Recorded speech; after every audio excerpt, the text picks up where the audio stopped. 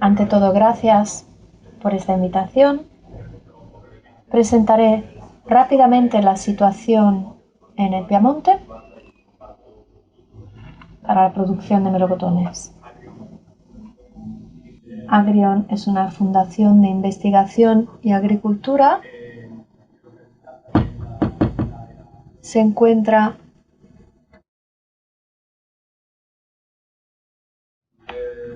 en esta zona del Piamonte, del norte de Italia. Tenemos una producción variada de frutas y hortalizas, hortalizas pequeñas, avellanos y viñedos también.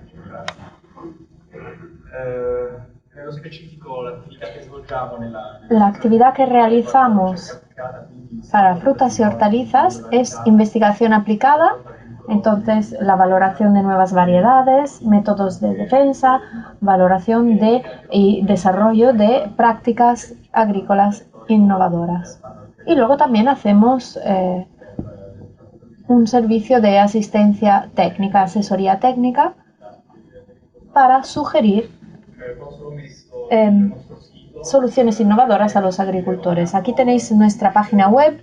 Cada año producimos una serie de líneas guía, de directivas sobre la lucha integrada. Tenéis muchas informaciones aquí, la tenéis disponible en línea, entonces si queréis podéis copiar la dirección de la página web. Aquí tendréis muchas de las cosas que voy a presentar hoy. La fruticultura en el Piamonte. La superficie de producción es de 19.000 hectáreas, 5.400 más o menos se dedican a la producción de manzanas, 3.900 al kiwi. En los últimos años se han quitado 1.000 hectáreas de kiwi por un problema con una bacteria y 5.000 hectáreas entre melocotón y nectarina. Luego hay cultivos menores, por ejemplo el ciruelo y el pero, 1.500 y 1.300, albaricoques, 900 y 300 de cerezos. Aquí tenéis la superficie. En la provincia de Cuneo, para el manzano tenemos 4.500 hectáreas, nectarinas 2.300. La empresa media tiene 10-12 hectáreas en el Piamonte y está constituida por las 3 especies clave: manzano, melocotón y kiwi. Algunos datos sobre la producción en el Piamonte. En especial tenéis aquí abajo nectarinas y melocotones. Las toneladas son alrededor de 90.000 para las nectarinas y también 90.000 para el melocotón. Cada año en nuestras directivas insertamos distintas variedades, porque como también ha dicho mi compañero antes, el objetivo es producir frutas de calidad. Entonces buscamos variedades que tengan características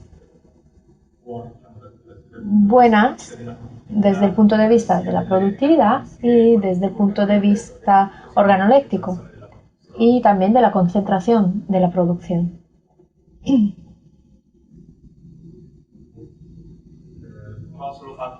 Aquí tenéis algunas fotos de algunas nuevas variedades en nuestra lista de programación. Por ejemplo, tenéis aquí la Royal Majestic con frutas de tamaño medio, una buena consistencia, un buen sabor. Luego tenéis el Royal Ply,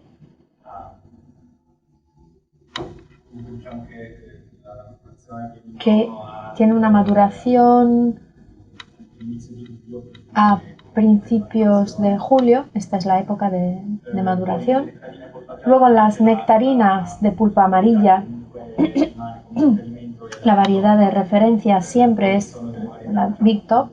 Luego tenemos variedades más precoces como la Carene, que son variedades nuevas, se están experimentando de manera extensiva, ya están presentes en los frutales, pero hacen falta más años para hacer una valoración más precisa. Y luego dos variedades, Nectarine y Nectagala, que son más tardivas. Aquí tenéis la Carene, la más precoz, comparándola con Big Top. Tiene poco vigor, un tamaño mediano pequeño y tiene este color rojo oscuro. El Big Top, la variedad de referencia. Luego tenéis Ali Top, un poquito más tardiva comparada con Big Top. Tiene un tamaño bastante grande, uniforme, un sabor muy bueno, muy aromático. Por lo tanto, desde el punto de vista de la calidad organoléptica, es un buen producto. Nectarine, esta es una variedad más tardiva, tiene una gran productividad y se ablandece lentamente y tiene una vida comercial muy larga, otro aspecto bastante importante. Aquí tenéis Nectagala, más arriba aún, porque llega un mes después, llegamos hasta finales de agosto, tiene un color intenso y la presencia de cierta oxidación en la piel. Esta es la programación para las nectarinas de pulpa blanca. Tenemos la Magic, que es la más utilizada. Luego hay variedades más viejas, creo que se siguen utilizando, como el Ali Persier o Ali Rosada, y la Michelini, que es muy tardiva, muy típica de nuestra zona.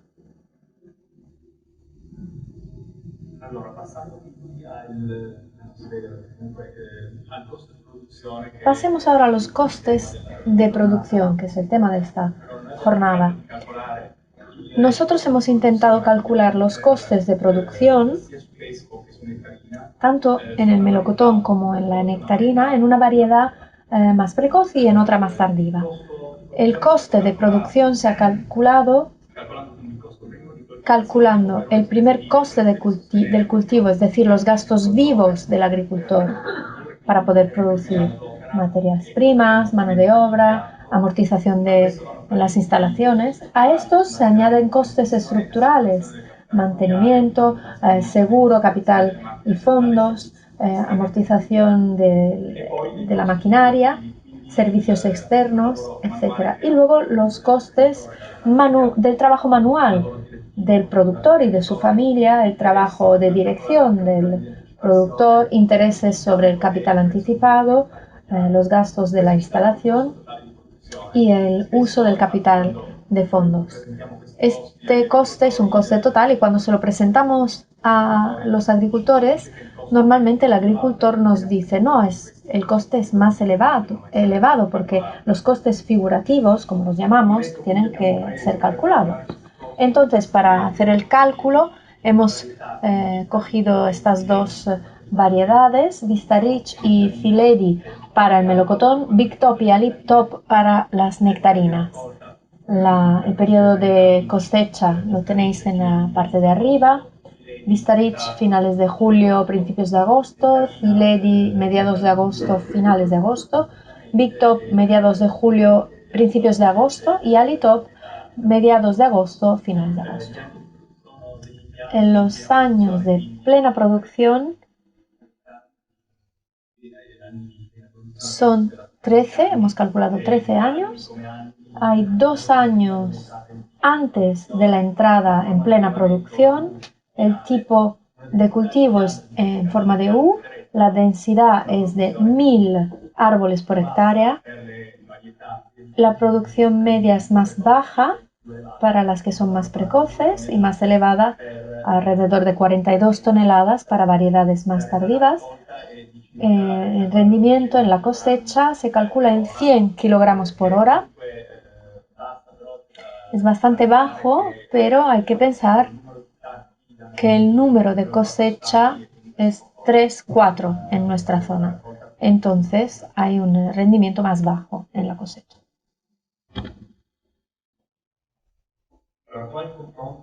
Aquí tenéis una comparación.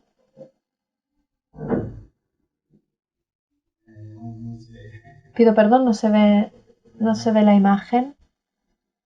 ¿Tenemos algún problema con las imágenes? Perdón.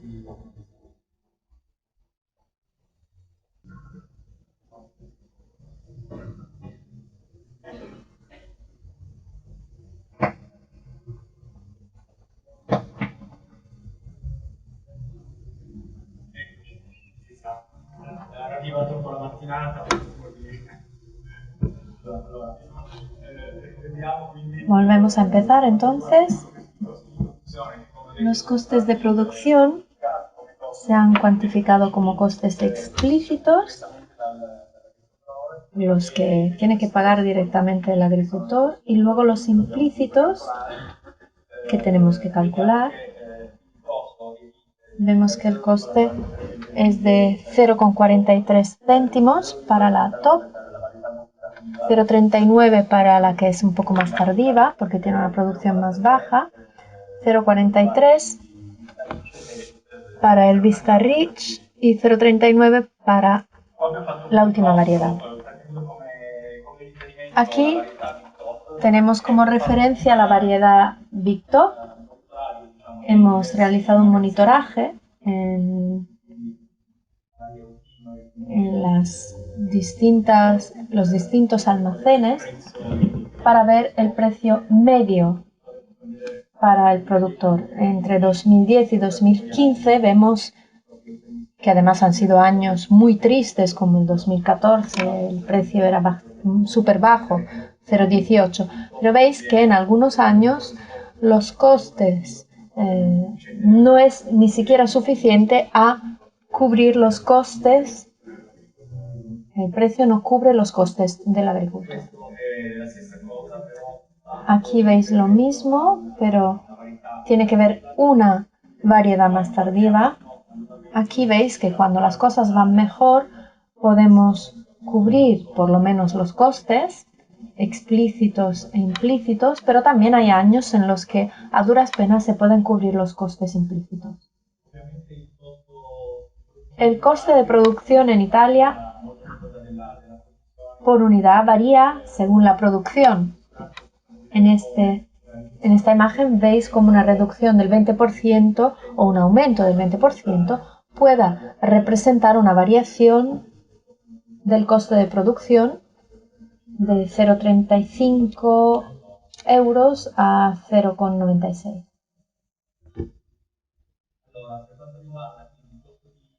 El coste de producción. Aquí veis cuáles son la repartición de los aspectos que tienen una incidencia en el coste de producción. Veis que lo más importante es la mano de obra, 43,4%. La mayoría de los costes tienen que ver con la mano de obra. Y podéis ver aquí que en la mano de obra el 51% del coste se debe a la operación de cosecha, el 18% más o menos de los costes se refieren a las operaciones de aclareo y lo mismo más o menos para la podadura.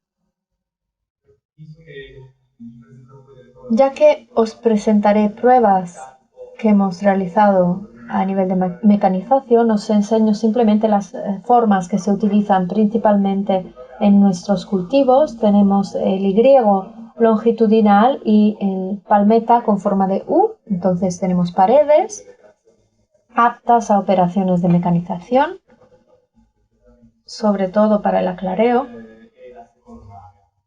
Y también tenemos el eje de columnas. Aquí tenéis las distancias, 1,5 m, 1,60 m para el eje de columnas. y distancia entre hileras de 4,30 a 4,50 y hablamos de 1.600-1.400 plantas por hectárea. En la forma de U o de Y, la distancia entre los árboles es entre 2 y 2,20, 4,30 entre hileras y el número de plantas por hectáreas varía entre las 1.000 y 1.250 plantas. Entonces, en el eje de columnas tenemos 1.481 plantas por hectárea y reduciendo la distancia entre plantas tenemos 2.222. Entonces hay una diferencia en el coste de plantas de 4.000 euros por hectárea. En la repartición de los costes hemos visto que una parte importante es la podadura. En la de invierno hemos calculado 75-80 horas por hectárea. La podadura verde se hace una primera vez a mediados de junio y una segunda vez normalmente antes de mediados de julio, pero esto se hace sobre todo para la torsión de las ramas. La primera selección para la cosecha requiere entre 350 y 450 horas por hectárea. Hay que tener en cuenta la altura. Nosotros tenemos plantas de 3,80 metros, 4 metros, entonces es indispensable utilizar un carro móvil y el número de cosechas es 3, 4. Y esto tiene una incidencia, evidentemente. El aclareo. El objetivo es aumentar el tamaño de los frutos, promover las flores, mantener la productividad en los años, pero es una operación muy costosa. El aclareo manual requiere normalmente 100-200 horas por hectárea y esto tiene una incidencia del 10% en el coste de producción del melocotón. Hemos hecho algunas pruebas, varias pruebas a partir de 2009 con la máquina Darwin.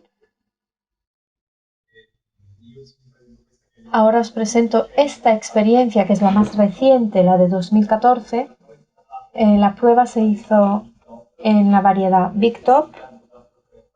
Hablamos de 4,3 por 2 metros, 1.150 árboles por hectárea y la forma del cultivo es doble eje Y.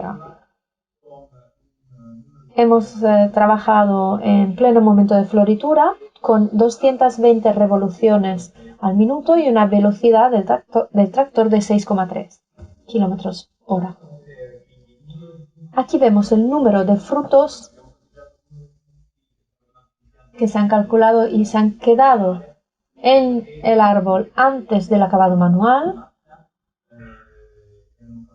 Antes de pasar con la máquina eran 433. En el muestreo eran 683, es decir, una reducción del 36%. Aquí vemos el número de horas necesarias para el aclareo manual. Donde pasamos la máquina son 140 horas y en la muestra 220. Es decir, un ahorro de 80 horas para el aclareo manual.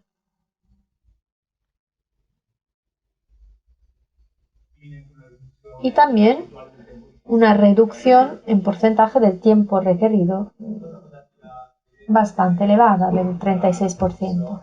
Aquí vemos cómo se reparte la producción en kilos por árbol. Aquí veis que en la primera cosecha, donde se pasó la máquina Darwin, se han producido 16,9 kilos por planta, eran 8 en la parte de referencia. En la segunda tanda eran 25 kilos, parecido a la muestra. Y al final, básicamente no quedaba una tercera cosecha, mientras que se mantenía alta. La mayoría de la producción se concentra precisamente en la tercera cosecha en el muestreo. Y aquí tenemos el porcentaje de la producción en distintas fases de cosecha, 39% en la primera y 58% en la segunda. Aquí veis que eran 15, 45 y 39 en la tercera tanda. Aquí vemos el porcentaje de la producción por clases de calibre. Y aquí veis cómo donde se ha pasado la maquinaria hay un porcentaje del 60% de la producción que está en el calibre A o AA. Entonces, es decir, el calibre mejor. Donde no se pasó la máquina, ha habido también una fuerte presencia de clases económicamente menos interesantes. Entonces, la B y la C. Y también hemos estudiado los parámetros de cualidad, el nivel de azúcares, por ejemplo. Aquí, donde pasamos la máquina, la fruta resultaba más dulce, entonces, una mejor calidad. Para concluir, entonces, en el aclareo mecánico se obtiene una reducción del tiempo requerido del 30 a 60%. Tenemos un aumento del tamaño de los frutos, se concentra mejor la producción y entonces se reduce el número de cosechas y mejora el rendimiento a nivel de horas dedicadas a la cosecha, pero la limitación es que requiere unos terrenos cultivados en pared, entonces con una profundidad entre 1 y 1,5 metros. Entonces la ausencia de ramas muy grandes, porque si no, la maquinaria no puede trabajar bien. Pasamos al albaricoque. Aquí vemos las superficies de producción en Italia. En el Piemonte la producción es bastante limitada. Se habla de 850 hectáreas. Italia es el quinto país por producción en el mundo y es el primero en Europa con el 40% de la producción europea. Pero, repito, se concentra sobre todo en el centro y en el sur de Italia, no tanto en nuestra zona porque estamos un poco en el límite para la producción del albaricoque, sobre todo por el riesgo de hielo en primavera. Hemos hecho el mismo tipo de análisis que hemos hecho para el melocotón, calculando los costes de producción para las variedades autofértiles y autoincompatibles. Con las autoincompatibles también depende del número de los depende de muchas variables, entonces el coste es más alto, hablamos del 0,62 comparado con el 0,55. Haciendo una comparación con otras especies, vemos que el albaricoque tiene un rendimiento bastante bajo. Hablamos de 25 toneladas por hectárea.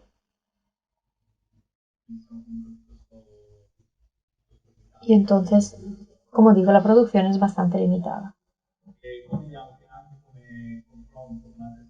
Si hacemos una comparación con otras especies de los costes de producción, el albaricoque es el que tiene el coste de producción más elevado. A pesar de esto, el hecho de que se paga mejor, si luego se comparan los precios y los costes, al final vemos que el albaricoque es más conveniente en nuestra zona, sigue siendo bastante más conveniente. De hecho, si vemos aquí lo que acabo de decir, el PLV, aquí tenéis el albaricoque en la cuarta columna, es el que va mejor a nivel de costes de producción, mientras que en el melocotón la producción a menudo no consigue cubrir los costes.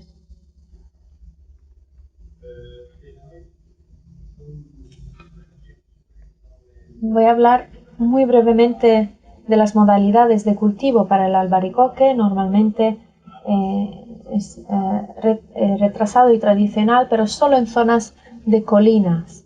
Hablamos de unos 400 o 500 metros. Entonces se utiliza en este tipo de zonas.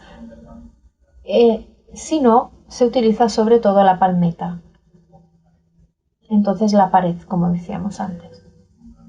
Palmeta con forma de U, que permite anticipar la producción, permite aumentar la densidad de la implantación, pero requiere más atención durante la poda. Esta era la parte relativa a los costes. Yo creo que